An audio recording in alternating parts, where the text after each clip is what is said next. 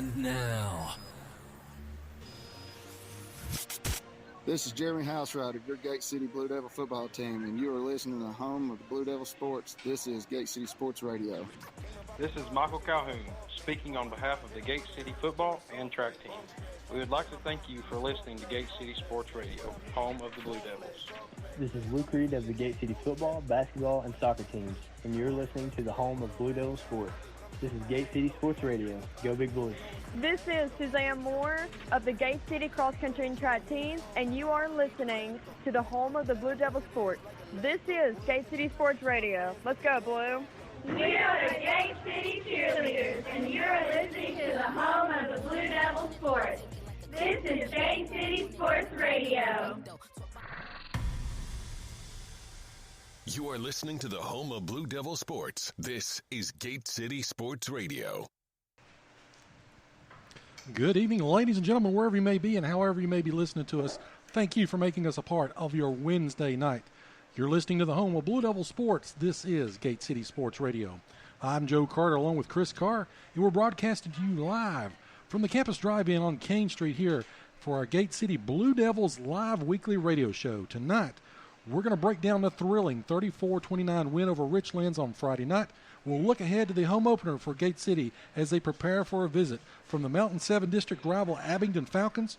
We'll look back on the action from around Northeast Tennessee and Southwest Virginia, as well as some interviews with Gate City coaches and players. We'll talk about the other fall sports going on right now for Gate City. So we'll be back in about 2 minutes. You're listening to the home of Blue Devil Sports. This is Gate City Sports Radio. 2 out of every 3 people will need an assisted living community at some point in their life.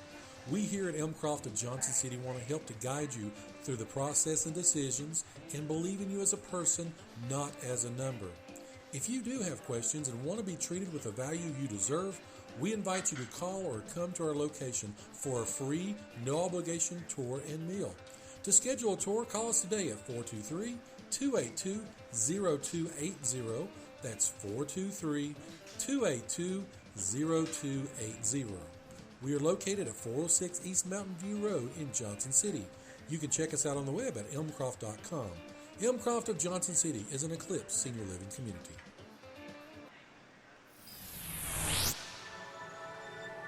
You are listening to the home of Blue Devil Sports. This is Gate City Sports Radio.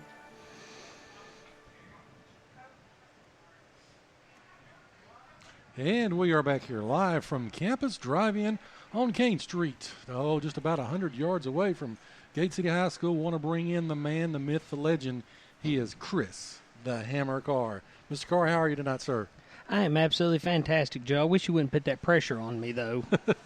Under pressure. Dun, dun, dun, dun, dun. Just talking about pressure. Great ball game the other night. Gate City was under all kinds of pressure. Talking about that they arrived 30 minutes late, had some mechanical issues.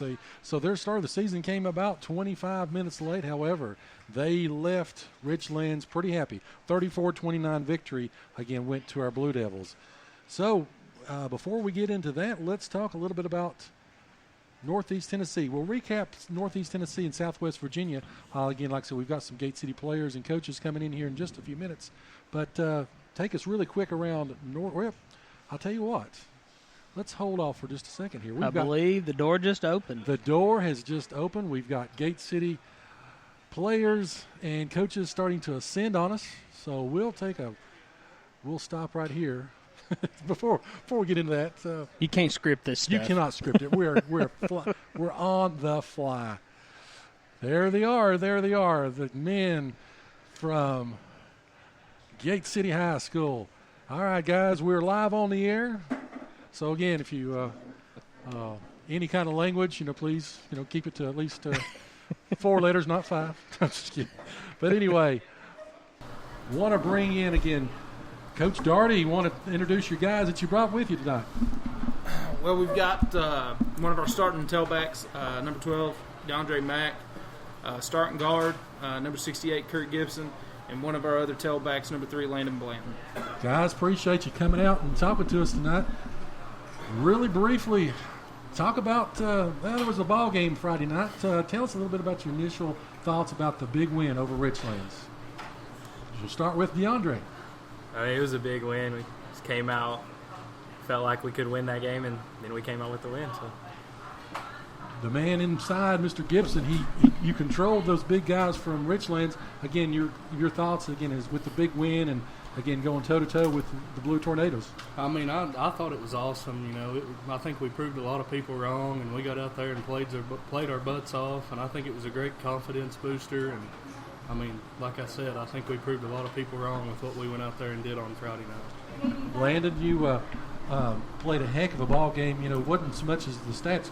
You were in there, you were gutting it out, you had cramps off and on all night. You know, talk about your effort and talk about the team's effort overall.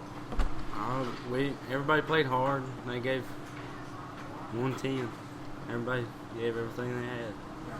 So, with that said, let's talk a little bit about the game itself. DeAndre, a couple touchdowns, over 100 yards. You know, when that hole opened up, did you know it was pay dirt time? I always run like I'm going to score the touchdown, and my lineman and fullback Kuhn, he really helped me out there. And I just followed my blocks and then ran up. Yeah, I think you really need to thank your linemen. They opened up holes that I think Joe could have even run through. Oh, yeah. Waddled through. Probably not ran through, but maybe a waddle through. But, yeah, you know, and talking about that, it was a great effort. When you got to the second, you know, you all made some great cuts, you as backs.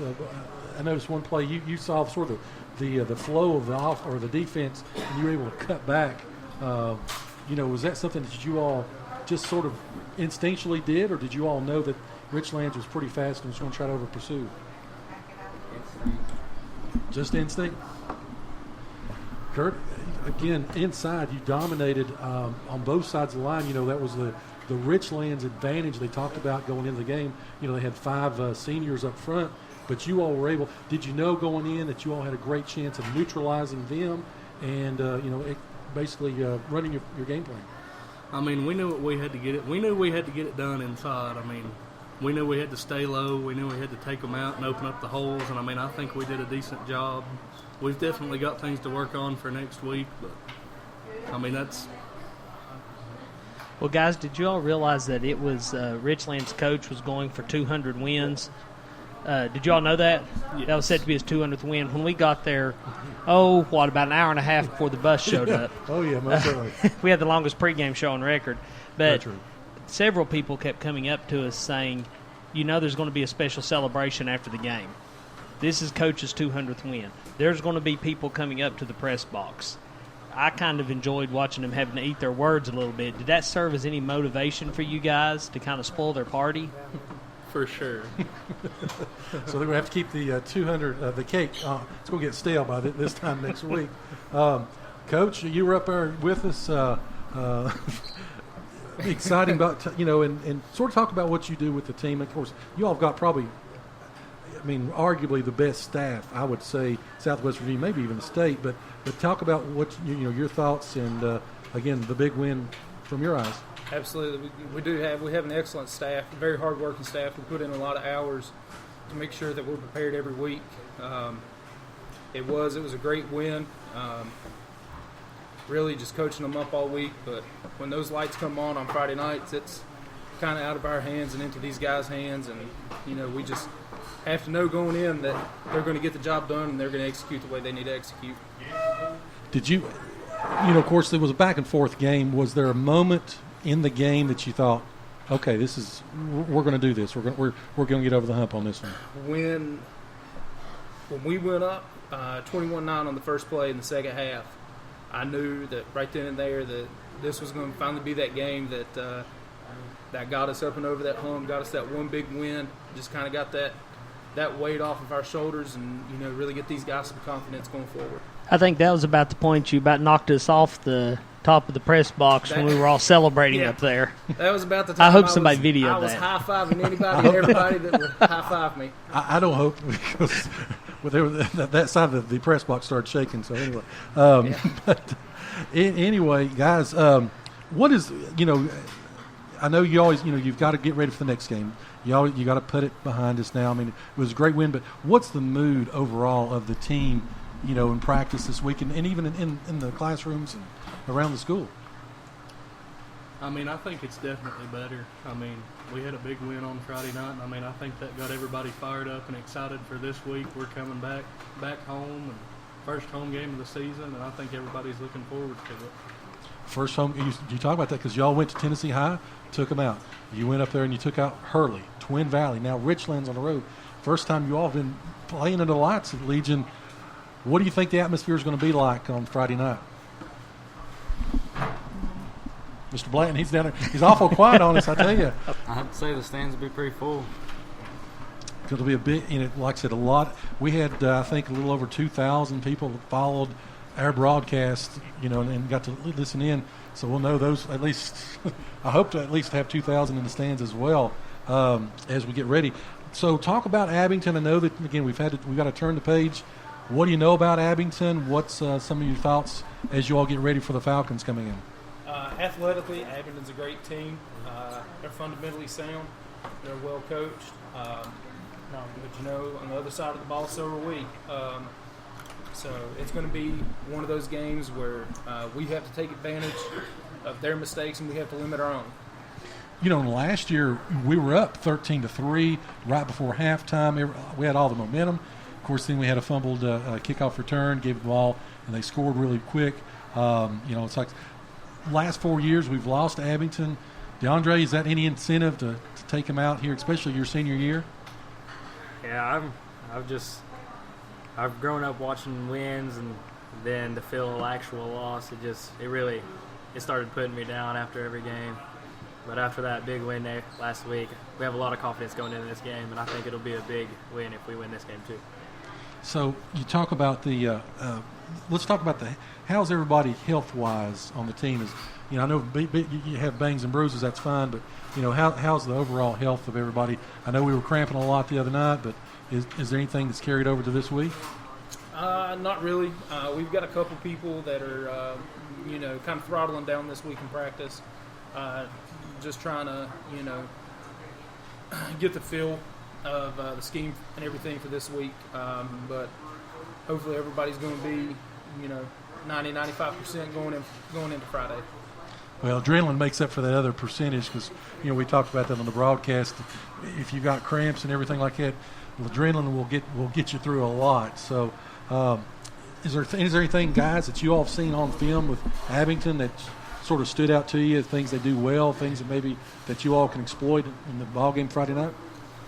I mean, they're a team about like Richlands. I mean, they're well coached, like Coach said. I mean, we're going to have to play a good ball game. We're going to have to play better than we did on Friday night.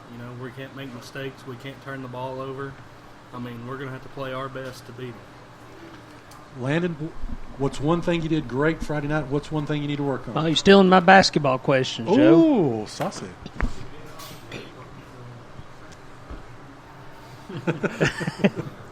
There's nobody listening, just us. And the crowd goes hush. It's okay to brag on yourself. I don't really. Can't really be too confident because I didn't have nothing big.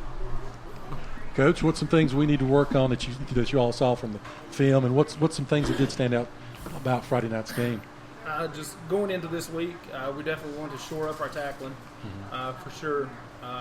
Abington's got a pretty big running back, so if we make first contact, we've got to have 10 more hats flying to the football.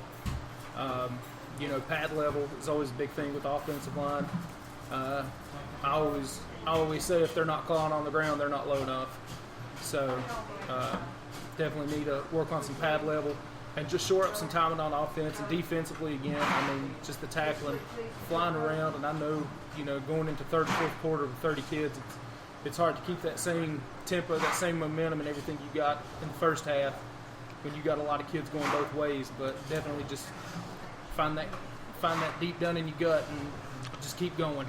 The radio announcers, I noticed from Richlands, talked about Gate City's heart. That was the biggest thing, that you all came out there. Of course, Richlands, they had folks all over the field. They dressed 70 some odd, and here we dressed 30, came late. Emotionally, again, you started the season off with a flat tire. Came in late. And if it helps, I'm more than willing to go slash some tires Friday night before the game. Just let me know. And that is Chris Carr. That's Chris Carr. You can find him, the Gate City Police here, if we need. So. Hey, whatever it takes.